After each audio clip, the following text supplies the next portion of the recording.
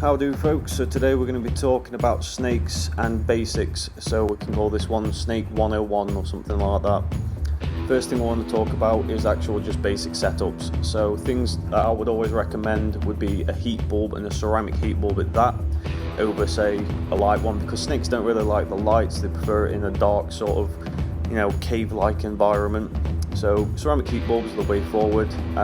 Always get a pulse thermostat with them as well, because they're the ones which are set up for the ceramics. I don't put much faith in the actual heat mats, because with heat mats the snake will quite often just lay on it all the time to try and suck out all the warmth, and it can actually hurt them. It's kind of like cooking them a little bit, and that's never good. The snake's home is what we call its vivarium, and for its vivarium a good size sort of indicator is however big the snake is, it should be able to stretch out completely, so it doesn't always have to stay coiled up. And I think that's quite important, because if we were in an enclosure we wouldn't like to be bundled up all the time.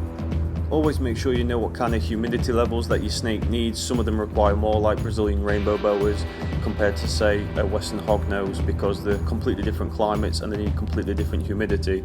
To make sure you're getting the right humidity, know what humidity you need, and then also have like a humidity regulator in there, so something that lets you know how humid it actually is inside of its enclosure.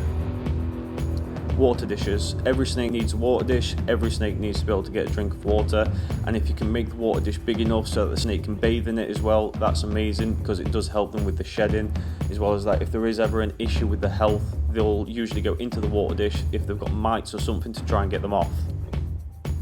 For substrate, there's a wide variety of different things. For some of our snakes we'll use orchid bark chips, like you can see here, and for some of them we'll also use aspen. Aspen's good for your lower humidity, and orchid bark is better for your high humidity.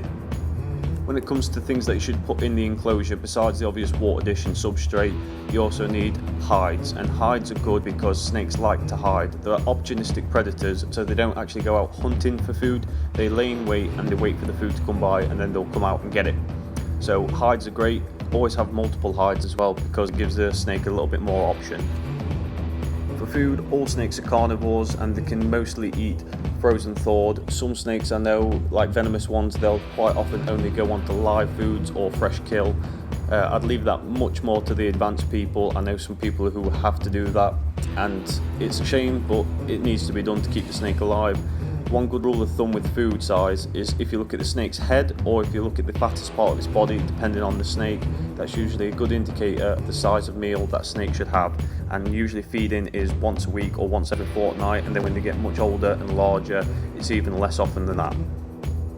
Quite often in pet shops and with breeders, you'll see that they keep their snakes in what's called a racking system, so it looks like trays on a shelf type of deal.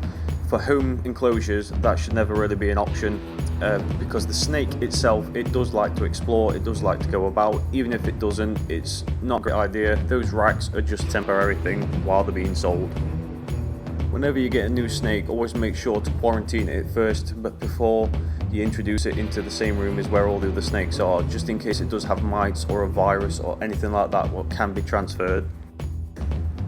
When decorating the snake's enclosure, it's always good to have things that they can climb as well. Even if the snake doesn't seem to like climbing, it's good to have those bits and pieces in there, just because it gives them a little bit more to have fun with and play about on. They don't actually play or enjoy playing or anything like that, but it does make the enclosure look better, and it's nice for them to explore things. It's always really important as well to know how big your snake's going to get. Like I have a boa constrictor, we bought her as a baby, she was only about, I'd say, 7 inches long, maybe a little bit bigger than that, but as she gets older she could get all the way up to 12 feet. So we've got an enclosure that's set up for that. We've also prepared ourselves for how big she can get and how heavy. So things like, if you're small in stature and you've got a large snake, that can become an issue, especially if it does actually try to constrict around you. That could become quite a big issue. Some snakes which are readily available for the public do also still have venom. This venom's not really medically significant. Things like the western hognose, they are rear-fanged and they do have a very mild venom, kind of like a bee sting. That's not to sniff at really either, because any venom can be bad. If you're allergic to bug bites and things like that, you'll know that you can also have an anaphylactic shock from a very mild venom. one of the most important things is always to know where you can actually take a snake for veterinary treatment.